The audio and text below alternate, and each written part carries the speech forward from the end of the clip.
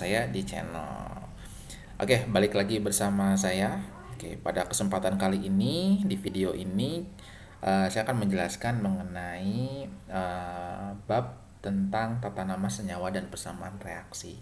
Ya, biasanya untuk materi ini disampaikan di kelas 10 SMA ya, di kelas 10 SMA ya. Oke. Yang pertama kita bahas tentang rumus kimianya dulu. Nah, apa sih itu rumus kimia? Jadi rumus kimia itu adalah, kita lihat di sini.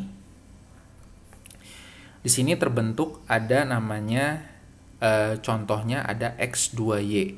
Ya, misalkan ini menyatakan rumus kimia suatu senyawa. Nah, X itu menyatakan lambang unsur, 2 itu angka yang menunjukkan jumlah unsur penyusun senyawa. Nah, ini X ini berarti menyatakan jumlah unsur X-nya ada 2. Dan Y itu adalah lambang unsur yang lainnya selain X ya, yang berbeda. Nah, ini menyatakan lambang unsur dari suatu rumus kimia ya, kayak gitu. Oke, kita lanjut. Nah, ini saya akan tunjukkan tabel mengenai contoh rumus kimia unsur dan molekul ya. Jadi nanti di sini, di tabel ini menjelaskan tentang adanya unsur monoatomik, molekul diatomik, sama molekul poliatomik. Nah, ingat ya, kalau yang namanya unsur berarti terdiri dari satu unsur. Nah, unsur-unsur ini kan seperti yang familiar itu yang terdapat di tabel periodik ya, dari ada sampai kurang lebih 114 ya. Contohnya, kita kenal adanya besi dengan rumus kimianya Fe. Tembaga itu rumus kimianya Cu, emas rumus kimianya Au, unsur helium He, neon itu rumus kimianya Ne. Nah, itu ada 5 dari 114 unsur yang terdapat di tabel periodik ya.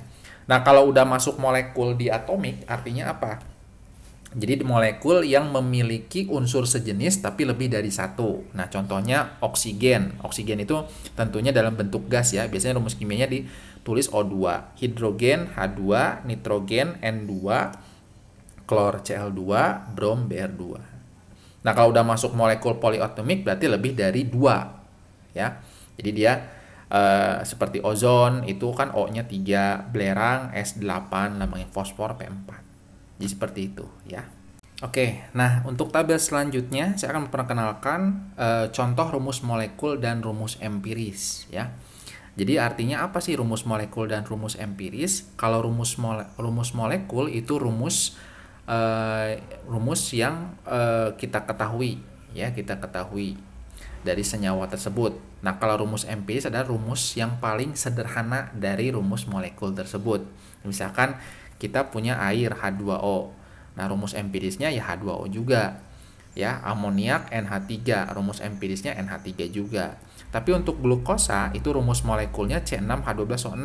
Tapi dia punya rumus empiris yang paling sederhana adalah CH2O. Dari mana CH2O? Yaitu dengan membagi semua bilangan dengan FPB-nya ya. Misalkan 6, 12 dan 6 berarti FPB dari 6, 12 dan 6 itu 6. Nah, berarti rumus empirisnya kita dapat 6 bagi 6 1 berarti C-nya 1, H-nya 12 bagi 6 2 berarti ini 2, O-nya 6 bagi 6 1 ini 1 ya.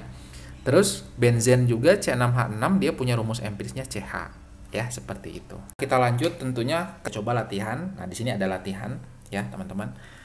Nah, di sini kita lihat. Di sini ada senyawa namanya dengan rumus senyawanya Li2O. Nah, apakah ini rumus molekul atau rumus empiris? Gampangnya gini. Apakah dari rumus ini kita bisa sederhanakan lagi?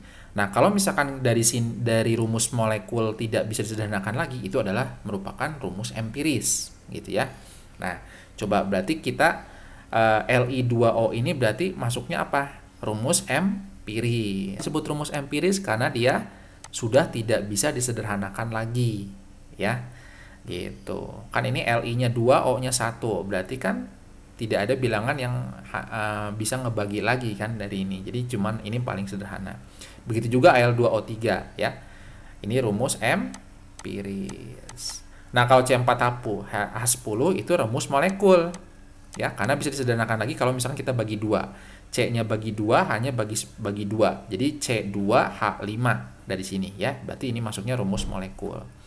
BaSO4 itu rumus empiris.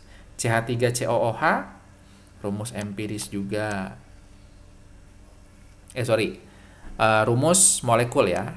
Karena CH3COH kan C-nya 2, H-nya 4, O-nya 2. Kalau kita bisa bagi 2 itu jadi bisa di ini ya. H2O2 itu rumus molekul. C4H8O2 rumus molekul. C2H4 rumus molekul juga.